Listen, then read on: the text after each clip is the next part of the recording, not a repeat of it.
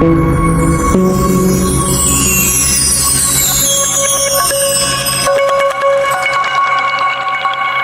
bagus kurang layak dipakai atau tidak user friendly lah ya, gitu.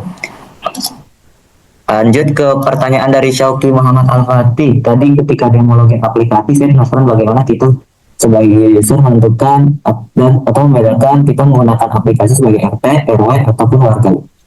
Apakah ada analisis? Nah, jadi untuk aplikasi yang kita gunakan ini tadi tuh aslinya sebelum ada yang namanya RW, RT, dan RE dan warga gitu, yang bisa melakukan ketika belum ada lingkungan tersebut ya, uh, si lingkungan RW ini tuh harus dibentuk terlebih dahulu, yang mana RW ini harus mendaftarkan diri ke aplikasi tersebut, daftar sebagai RW gitu. Nanti ada di bawahnya kalau nggak salah ada daftar RW gitu, daftar RW.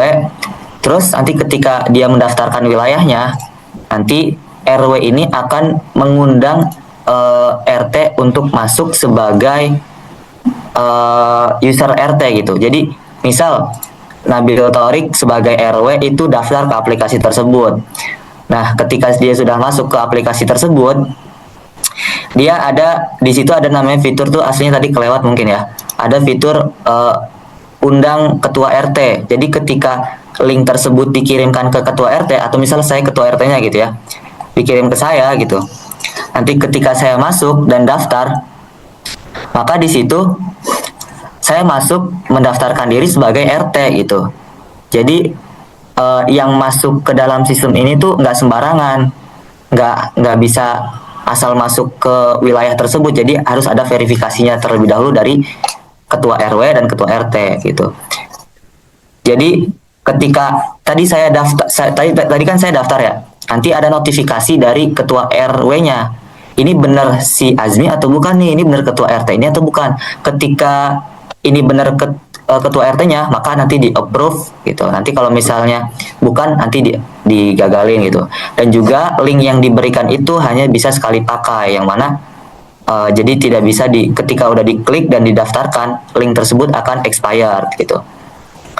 Sama juga nanti kepada warga, ketika RT ingin mengundang warga gitu, warga RT ini akan mengirimkan link itu kepada warga. Tapi misalnya RW ini sudah menyiapkan database-nya untuk RT dan warga ya, nanti bisa disimpan ke database sehingga mana saja nih user-user yang bisa masuk sebagai RT, sebagai warga gitu ya. Nanti ada verifikasi emailnya juga gitu. Sehingga ketika ada RT baru atau warga baru, nanti kita akan menggunakan fitur namanya invite RT ataupun invite warga gitu ya. Lalu dari Siti Najwa Muazzara, bagaimana proyek ini dikelola? Gimana jawabnya? Ya kalau dari manajemen pembagian tugasnya ya, tadi seperti yang tugas kita masing-masing. Saya di sini sebagai project manager, project manager juga sekaligus full stack developer. Lalu ada Amanda Wijayanti sebagai UI UX designer dan front end developer, dan Nabil Thorik sebagai test engineer. Yang mana saya sebagai project manager juga aslinya ketika bertemu klien ini harus memastikan kebutuhan klien ini sesuai. Misal klien membutuhkan A, B, C, D, terus kita juga harus memahami workflow-nya tuh bagaimana, terus aplikasinya tuh isinya mau kayak gimana aja, tampilannya mau kayak gimana. Nah, kita harus memahami memahami klien tersebut itu. Kalau dari project manager sendiri gitu ya. Lalu nanti project manager ini akan ditranskripkan untuk agar menjadi kode program, sehingga developer ini bisa melakukan tugasnya dengan mudah gitu. Nanti ada dokumentasinya, ada beberapa dokumen untuk dipenuhi ketika melakukan pertemuan dengan klien gitu. Lalu nanti dari UI UX designer juga nanti akan membaca dokumen tersebut, sehingga ketika melakukan develop front end developer dapat melakukannya dengan baik gitu. Sama juga dengan test engineer, nanti ketika aplikasi ini sudah berjalan, sudah kira-kira hampir 80%, nanti mungkin akan dites secara berkala. Ketika ada fitur baru akan dites, ketika ada tambahan field baru akan dites. Bener gak nih aplikasinya berjalan dengan baik, sistem keamanannya aman gak nih ketika ada user masuk, misal usernya sih nggak kedaftar ya di aplikasi ini tapi kok bisa masuk gitu, berarti kan itu keamanan sistem yang masih rentan gitu. Kalau misal udah terblokir dan lain sebagainya, berarti itu sudah mungkin lumayan aman lah ya, tapi ada beberapa hal yang perlu diperhatikan untuk keamanan tersendiri gitu. Mungkin itu ya Siti Najwa. Mungkin oke. Saya kembalikan ke MC.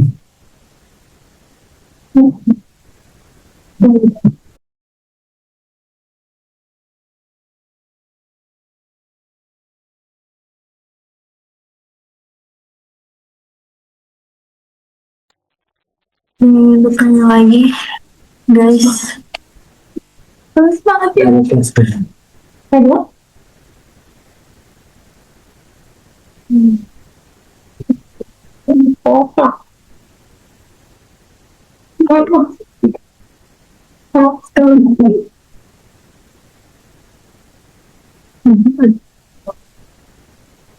Kalau tidak ada, sebelum kita menutup acara hari ini, ada informasi penting yang ingin saya sampaikan. Mungkin di antara teman-teman ada yang sedang mencari perguruan tinggi atau memiliki adik, saudara, maupun teman yang tahun ini atau tahun depan ingin melanjutkan studi ke jenjang perkuliahan. Di STIMIK Tazkiyah terdapat beberapa pilihan beasiswa menarik. Yang pertama ada beasiswa KIP kuliah. Bagi peserta yang memenuhi persyaratan program akan mendapatkan bantuan pembiayaan pendidikan penuh serta uang saku bulanan sebesar 1,1 juta per bulan. Yang kedua ada beasiswa parsial, memberikan potongan biaya kuliah hingga 50%. Untuk informasi lebih lanjut, teman-teman dapat mengunjungi situs resmi di stimik.tazkiyah.ac.id atau menghubungi tim admisi STIMIK Tazkiyah melalui WhatsApp di nomor 0851 23123 119. Siapa tahu nanti kita bisa bertemu kembali sebagai bagian dari keluarga besar STIMIK Tazkiyah. Tidak terasa kita telah sampai di penghujung acara. Terima kasih banyak kepada seluruh pemateri dan peserta yang telah berpartisipasi aktif dalam webinar hari ini.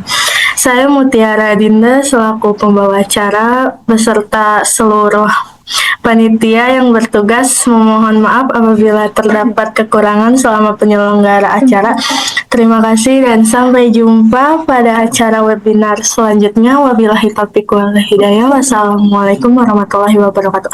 Oh iya, sesi foto dulu, bisa dihidupkan kamera. Bisa dihidupkan kameranya semuanya. Jadi sebelum itu kalian yang ingin menghubungi kita bisa ini Instagramnya di sini ada Amanda Wijayanti, di sini ada saya sebagai Azmi. Bisa SS. Aku Ada Mutiara Adinda. Ya, silakan bisa follow untuk kita mutualan, bisa yang mau menghubungi kita untuk komunikasi lanjut bisa chat DM ya. Ya ditampilin ini muka aku. Nggak ada. Oke. Mana tadi? Gimana Kita follow dulu guys. Gimana caranya? Gimana biar tahu semua gitu loh? Itu pasti mau. Masa ya? Gimana cara lepas? Nanti kaki aja loh, stop. Tadi mau belum SS dulu. Ya guys, semuanya guys. Udah, itu Saya buka kameranya teman-teman. ngomong guys, buka kameranya ya. Nama-nama teman-teman. Ya. Kita bakal berjumpa. Sesi potret yang selalu ku. Kalau kita SS ya, teman-teman. Silakan kameranya hitungan ke 100 3 aja lah ya, 3 aja lah ya. Gimana Pak? Jangan gitu lah. Oke, siap. Dengan 1, 2, 3. Belum semua, belum semua. Kameranya nyalain dulu dong kakak-kakak semuanya. Ada 62 orang masa. Akmal, nyalain Akmal. 1, 2, 3, 4, 5, 6, 7 doang. ya. Nyalain Nisa. Nanti kita ketemu lagi kalau misal mau menghubungi saya. Gak mau. Akmal, saudara Gema, Bung Yazmi mau ngapain? Saya komunikasi yang tertarik dengan proyek ini. saudara Sivi juga boleh. Saudara CV, saudari CV, Ya semuanya tolong ya. Kita foto. Gema, ada Muhammad Iksan Aziz, Muhammad, oke. Saudara dan Oke, saudara. siapa? Ngomong. Cara banyak kelihatan kan? Gini. Semua. Bro, foto. Buat kenang-kenangan. Buat kenapa kemana? Mana? Maksudnya kan sebelum kalian masuk ke sini, nah Oke, langsung kita foto ya. 1, 1, 2, 3. Bentar dulu. Oh, belum. 1, 2, 3. 1, 2, 3. 1, 2, 3. 1, 2, 3. 1, 2, 3. Oke, let's go. Terima kasih teman-teman. Oke, kita itu belum sih? Udah tutup ya? Udah. Oke, terima kasih. Sampai bertemu di streaming Taskia. ini mati. Oh iya, recordnya. Gimana mati? Ini Nisa, makasih loh Rahma Fitriati. Nisa, I love you. Nafas gimana matiin? Ini stop recording aja. Oke, banget. Stop. Bentar belum.